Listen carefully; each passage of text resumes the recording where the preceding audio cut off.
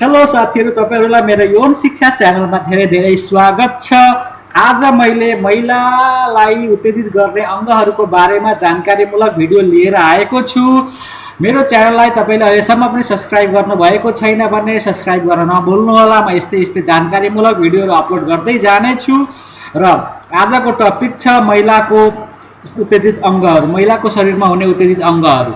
महिलाको शरीरमा यौन उत्तेजित गर्ने धेरै अङ्गहरू हुन्छन् र यी अङ्गहरू धेरै नै संवेदनशील हुन्छन्, जसको स्पर्शबाट मात्र पनि महिला उत्तेजित हुन सक्छिन्।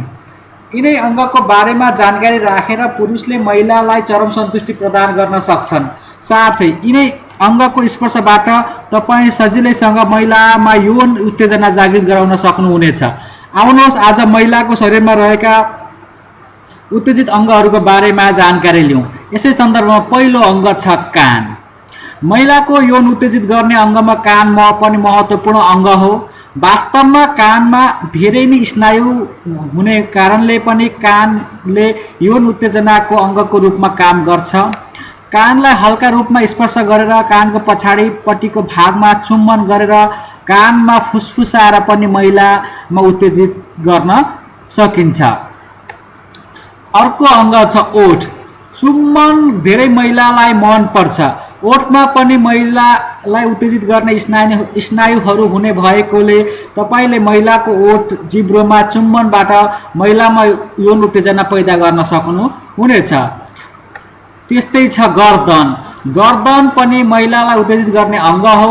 गर्दनमा हल्का स्पर्श गरेर चुम्बन गरेर या हल्का टोके जस्तो गरेर तपाईँले महिलालाई उत्तेजित गर्न सक्नुहुनेछ।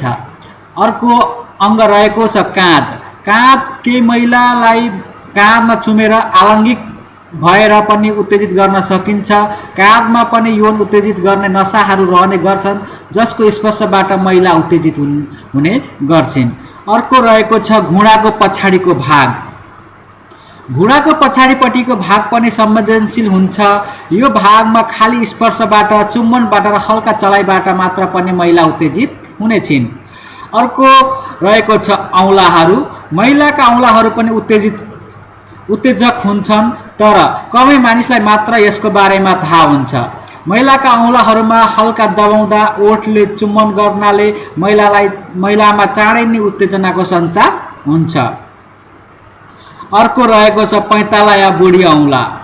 मानिसमा धेरै स्नायु पैँतालामा हुनाले पनि पैँताला संवेदनशील हुन्छन्।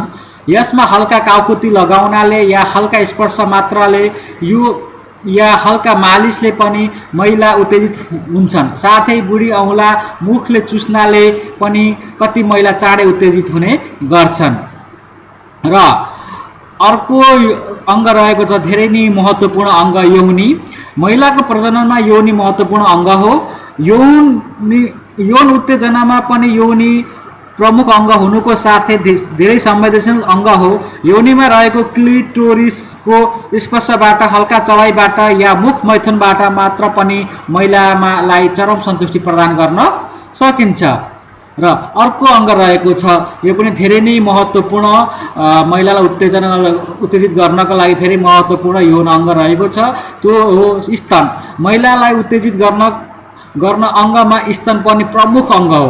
यसको मर्दन स्पर्श गरेर पनि महिलालाई उत्तेजित गर्न सकिन्छ। विशेष गरी स्तनको निप्पल धेरै नै संवेदनशील हुन्छ, जसको स्पर्शबाट, चुम्बनबाट र हल्का दाँतले टोके जस्तो गर्दा मात्र पनि महिला धेरै उत्तेजित हुनुको साथै चरम सन्तुष्टि पनि प्राप्त गर्न सक्छन्।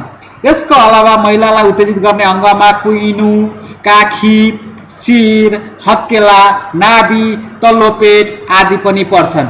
यी अङ्गहरूको पनि स्पर्शबाट, चुम्बनबाट र हल्का चलाइबाट महिलालाई उत्तेजित गरी तपाईँले यौन जीवनमा सुखमय बनाउन सक्नुहुन्छ, यौन जीवन आनन्दमय बनाउन सक्नुहुन्छ र महिला पार्टनरलाई पनि यौन सन्तुष्टि प्रदान गर्न सक्नुहुन्छ। धन्यवाद। मेरो च्यानललाई सब्स्क्राइब गर्न, लाइक गर्न, सेयर गर्न नबिर्सिनुहोला। म यस्तै जानकारीमूलक भिडियो अपलोड गर्दै जानेछु। धेरै धेरै धन्यवाद।